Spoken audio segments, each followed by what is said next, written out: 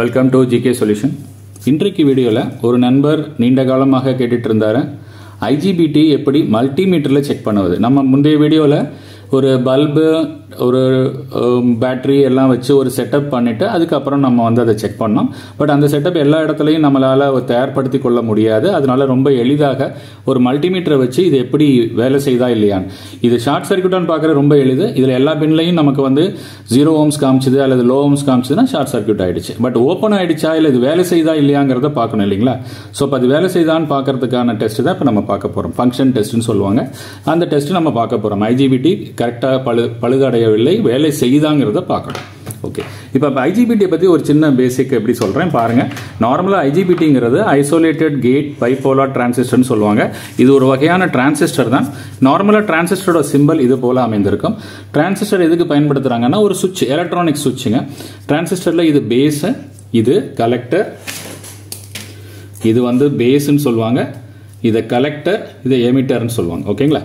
So அப்போ என்ன பண்ணுறோன்னா இந்த பேஸில் நம்ம கரண்ட் கொடுத்தோம்னா இந்த கலெக்டர் டு எமிட்டர் ஷார்ட் ஆகிடும், ஒரு சுவிட்சை போல வேலை செய்யும்.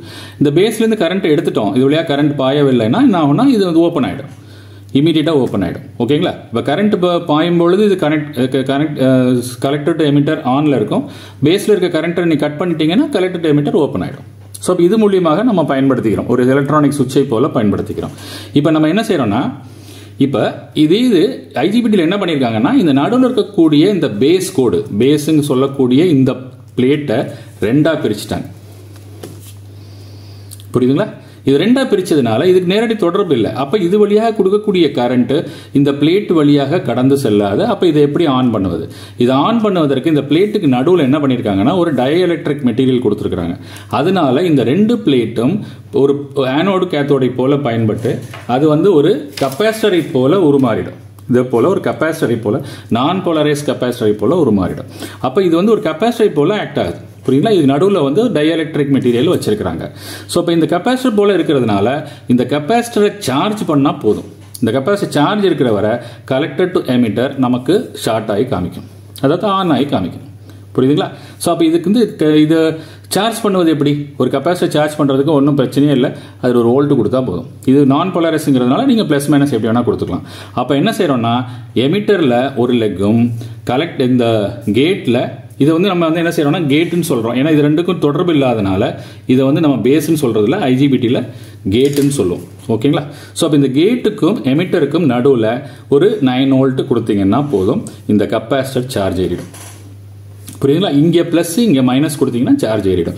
சார்ஜ் இருக்கும் வரை இந்த கலெக்டர் டு எமிட்டர் ஆன்லேயே தாங்க இருக்கும், ஆஃப் ஆகாது. அப்போ இதை திருப்பி ஆஃப் பண்ணணும்னா நீங்கள் வோல்ட்டை எடுத்தால் மட்டும் பத்தாது, இந்த கப்பாசிட்டரை டிஸ்சார்ஜ் பண்ண வேண்டும். டிஸ்சார்ஜ் பண்ணுவதற்கு இது ரெண்டையும் ஷார்ட் பண்ணால் கூட போதும். அப்படி இல்லைன்னா நீங்கள் பொலாரிட்டியை ரிவர்ஸ் பண்ணி கொடுக்கணும். புரியுங்களா. இந்த பொலாரிட்டியை இங்கே ப்ளஸ் அங்கே மைனஸ்ன்னு ரிவர்ஸ் பண்ணி கொடுத்தீங்கன்னா குயிக்காக டிஸ்சார்ஜ் ஆகிடும். இல்லை ஷார்ட் பண்ணிங்கனாலும் போதும். புரியுதுங்களா. ஸோ அப்போ இந்த மெத்தடில் தான் நம்ம இதை டெஸ்ட் பண்ண போகிறோம். ஆனால் இதில் இந்த ஐஜிபிடியில் ஒரு ப்ரொடெக்ஷன் டயோடு கொடுத்துருக்குறாங்க, அது இன்பில்ட்டில் இருக்கும். அதனால நீங்கள் மல்டிமீட்டரில் செக் பண்ணும் பொழுது இந்த டயோடோட வேல்யூ காமிக்கும். புரியுதுங்களா. கலெக்டர் டு எமிட்டர் நார்மலாக ஓப்பனில் இருந்தால் ஒன்றுமே காமிக்காது. ஆனால் இதில் இந்த டயோடோட வேல்யூ காமிக்கும். அது நமக்கு ஒரு குழப்பத்தை ஏற்படுத்தும். இது டயோடு ஐஜிபிடி சரியாக இருக்கா இல்லையான்னு பார்ப்பது. அதனால நார்மலாக ஜென்ரலாக எல்லா டெக்னீஷியனும் இந்த டயோடை மட்டும்தான் செக் பண்ணுறாங்க, பாக்கி பூரா ஷார்ட் இல்லையான்னு மட்டும் பார்க்குறாங்க. ஆனால் நம்ம இந்த வீடியோவில் இதை ஃபங்க்ஷன் பண்ணி பார்க்க போகிறோம். ரொம்ப எளிதாக ஒரு ஃபங்க்ஷன் பண்ணி பார்க்க போகிறோம். அதற்கு ஒரே ஒரு உபயோகம் தேவை, ஒரு பேட்டரி. கண்டிப்பாக இந்த பேட்டரி கண்டிப்பாக உங்கள்கிட்ட இருக்கும். இது மாதிரி ஒரு 9 volt பேட்டரி நீங்கள் இது மாதிரி ஒன்று வச்சுக்கோங்க போதும். இது மட்டும் இருந்தால் போதும். மல்டிமீட்டர் இருந்தால் நீங்கள் செக் பண்ணிடலாம். இப்போ நம்ம எப்படின்னு பார்க்கலாமா. இப்போ இதில் பார்த்தீங்கன்னா பின் அவுட் பார்த்தீங்கன்னா இந்த பக்கம் இருக்கக்கூடிய பின்னு எமிட்டருங்க. சென்டரில் இருக்கிறது எப்போதுமே கலெக்டர் தான். ஏன்னா இது ஹீட் ஆகும், ஹீட் சிங்கை அதில் கனெக்ட் பண்ணுறதுக்காக இந்த மாதிரி ஹீட் சிங் கனெக்ட் பண்ணுவாங்க. அதுக்காக சென்டர் எப்பொழுதுமே கலெக்டராக தான் இருக்கும். லெஃப்டில் இருக்கிறது பேஸ் அல்லது கேட், இதை பொறுத்த அளவில் கேட்டுங்க. ஸோ இதுதான் ஒரு பவர் டிரான்சிஸ்டர் பின் அவுட்டு. அப்போ இதில் சென்டரில் இருக்கிறது நமக்கு கலெக்டர், இந்த பக்கம் இருக்கிறது எமிட்டர், இந்த பக்கம் இருக்கிறது கேட். ஓகேங்களா. ஸோ இப்போ நம்ம என்ன பண்ண போறோம்னா கலெக்டர் எமிட்டருக்கு நடுவில் ஒரு பாடி டயோடு இருக்குன்னு சொன்னேன் பாருங்க. கலெக்டர் எமிட்டருக்கு நடுவில் ஒரு பாடி டயோடு, அதை முதல்ல நம்ம செக் பண்ணிக்கலாம். மீட்டரை ஆன் பண்ணிக்கோங்க. டயோடு மோடில் போட்டுங்க, மீட்டர் சரியாக இருக்கான்னு செக் பண்ணிக்கோங்க. இப்போ நான் கலெக்டர் எமிட்டருக்கு நடுவில் இருக்கக்கூடிய பாடி டயோடை மட்டும் செக் பண்ண போகிறேன். ஒரு டயோடை போலேயே செக் பண்ணால் போதும். புரியுங்களா? இது ஃபார்வர்டு பயாஸ், ஒரு டயோடோட ஃபார்வர்டு வோல்டேஜ் காமிக்குது. இதை நம்ம ரிவர்ஸில் வைக்கும் பொழுது காமிக்கல. புரியுதுங்களா? ஸோ பாடி டயோடு நல்லா இருக்கு. ஆனால் இந்த ஐஜிபிடி வேலை செய்தாங்கிறத பார்க்கணும் இல்லைங்களா? அதற்காக நான் என்ன பண்ண போகிறேன், இதில் இருக்கக்கூடிய கெப்பாசிட்டர், அதாவது கேட்டுக்கும் எமிட்டருக்கும் நடுவில் உள்ள கெப்பாசிட்டரை சார்ஜ் பண்ண போகிறேன். பாசிட்டிவாக கேட்டில் வச்சுங்க, நெகட்டிவாக எமிட்டரில் வச்சுங்க. இதை வச்சுட்டு சிறிது நேரம் இதில் பிடிங்க. புரியுதுங்களா? இப்போ கெப்பாசிட்டர் சார்ஜ் ஏறிடுச்சு. இப்போ நான் சொன்னது போல் கலெக்டர் எமிட்டர் ரெண்டும் ஸ்டார்ட் ஆகி இருக்கணும், அதோட ஆன் ஆகி இருக்கணும். இப்போ நம்ம வேல்யூ பார்க்கலாம். பாருங்கள், பார்த்தீங்களா? முதல்ல வந்து இது இன்ஃபினிட்டி காமிச்சது. இப்போ பாருங்கள் 0.39 காமிக்குது. இதை ரிவர்ஸ் பண்ணி வச்சாலும் 0.39 தான் காமிக்கும். ஏன்னா டயோட வேல்யூ 0.5 அதிகமான ஓம்ஸா, அதனால இதில் வந்து 0.39 தான் காமிக்கும். புரியுதுங்களா? இப்போ நீங்கள் இந்த டிரான்சிஸ்டர், இந்த ஐஜிபிடியை நம்ம சார்ஜ் பண்ணி ஆன் கண்டிஷனுக்கு கொண்டு வந்துட்டோம். இப்போ இதை ஆஃப் பண்ணணும். ஆஃப் பண்ணணும்னா நான் சொன்னது போல் இந்த ரெண்டு டெர்மினலையும் ஷார்ட் பண்ணாலே போதும். ஆனால் சர்க்கியூட்டில் ஷார்ட் பண்ண மாட்டாங்க, ரிவர்ஸ் பொலாரிட்டி கொடுப்பாங்க. அதனால நம்மளும் ரிவர்ஸ் பொலாரிட்டி ட்ரை பண்ணலாம்.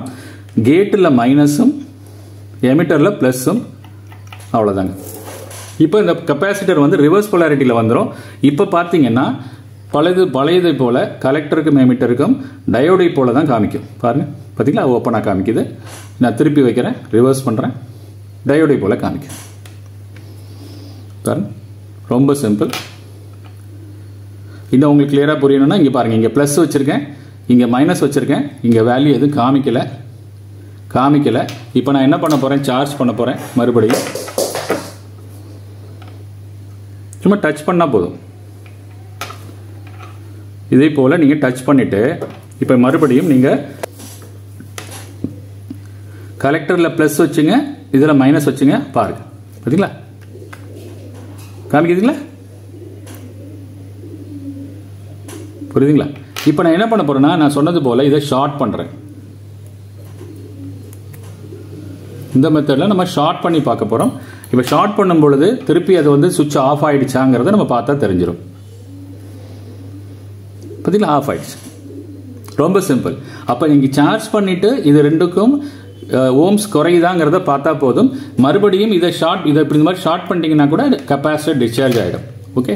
ஸோ இப்போ இதுதான் வந்து ஒரு ஐஜிபிடியை மல்டிமீட்டர் மூலியமாக ரொம்ப எளிதாக நம்ம ஃபங்க்ஷன் டெஸ்ட், அதாவது வேலை செய்தான்னு பார்க்கக்கூடிய மெத்தட் ரொம்ப உபயோகரமாக இருக்கும்.